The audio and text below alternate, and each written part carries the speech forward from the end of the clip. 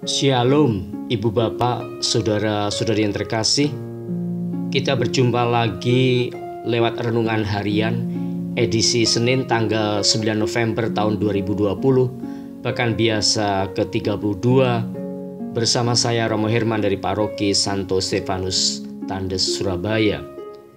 Hari ini kita diajak gereja untuk merayakan pesta pemberkatan gereja Basilik Lateran. Adapun bacaan Injilnya diambil dari Injil Yohanes bab 2 ayat 13 sampai dengan 22. Ketika sudah dekat hari raya Paskah orang Yahudi, Yesus berangkat ke Yerusalem. Dalam bait suci didapatinya pedagang-pedagang lembu, kambing domba dan merpati dan penukar-penukar uang duduk di situ. Maka Yesus membuat cambuk dari tali lalu mengusir mereka semua dari bait suci dengan semua kambing domba dan lembu mereka. Uang para penukar dihamburkannya ke tanah dan meja-meja mereka dibalikkannya.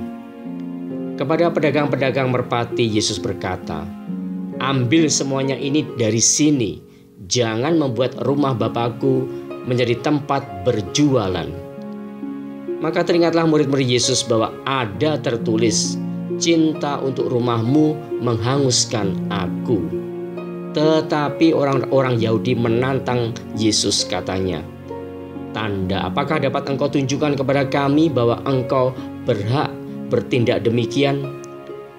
Jawab Yesus kepada mereka, "Rombaklah bait Allah ini, dan dalam 3 hari aku akan mendirikannya kembali." Lalu kata orang Yahudi kepadanya, 46 tahun orang mendirikan bait Allah ini, dan engkau dapat membangunnya dalam 3 hari? Tetapi yang dimaksudkan Yesus dengan bait Allah ialah tubuhnya sendiri.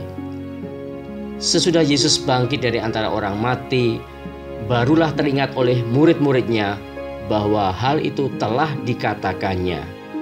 Maka percayalah mereka akan kitab suci dan akan perkataan yang telah diucapkan Yesus. Demikianlah Injil Tuhan. Terpujilah Kristus. Ibu bapak serta saudari-saudara yang terkasih, bacaan Injil Yohanes bab 2 ayat 13 sampai dengan 23 yang baru saja kita dengarkan ternyata juga terdapat dalam ketiga Injil sinoptik. Artinya ada dalam Injil Matius bab 21 ayat 12 sampai dengan 13, Markus 11 ayat 15 sampai dengan 17, dan dalam Injil Lukas 19 ayat 45 sampai dengan 46. Dan judul terjemahan yang diberikan oleh penerbit LAI atau Lembaga Alkitab Indonesia adalah sama persis, yaitu Yesus menyucikan bait Allah. Namun demikian ada juga perbedaan material atau isi dari perikop Injil yang memiliki judul yang sama persis tersebut. Dan perbedaan ini sebaliknya menjadi subject matter atau hal yang utama sekaligus menjadi tekanan dalam pewartaan Injil Yohanes lewat perikop bab 2 ayat 13 sampai dengan 23 ini. Adapun perbedaan tersebut kita temukan dalam ayat 21.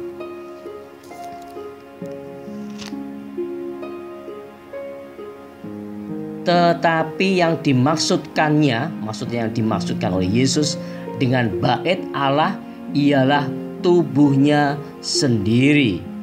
Dan kemudian ayat 22, kemudian sesudah Yesus bangkit dari antara orang mati, barulah teringat oleh murid-muridnya bahwa hal itu telah dikatakan oleh Yesus. Dalam ayat-ayat inilah kita menemukan gerak spiral yang menjadi kekhasan atau gaya dari teologi Yohanes.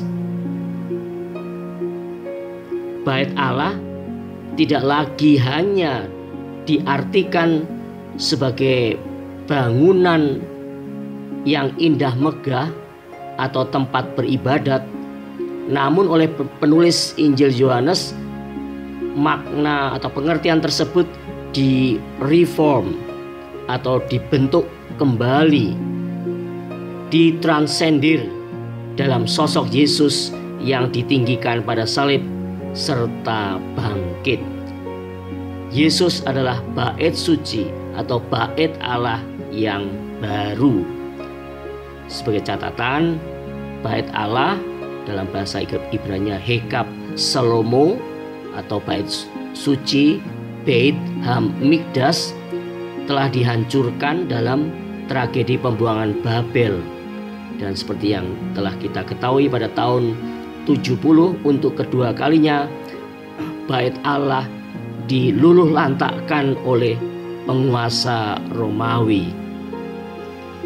Ibu bapak serta saudari-saudara yang terkasih, pada kesempatan renungan pesta pemberkatan gereja Basilik Lateran, kita sebagai pengikut-pengikut Yesus Kristus disadarkan kembali lewat kata-kata dari Rasul Paulus kepada jemaatnya di Korintus.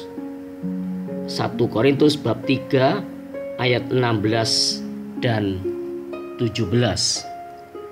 Tidak tahukah kamu bahwa kamu adalah bait Allah dan bahwa Roh Allah diam di dalam kamu? Jika ada orang yang membinasakan bait Allah, maka Allah akan membinasakan dia, sebab bait Allah adalah kudus dan bait Allah itu ialah kamu.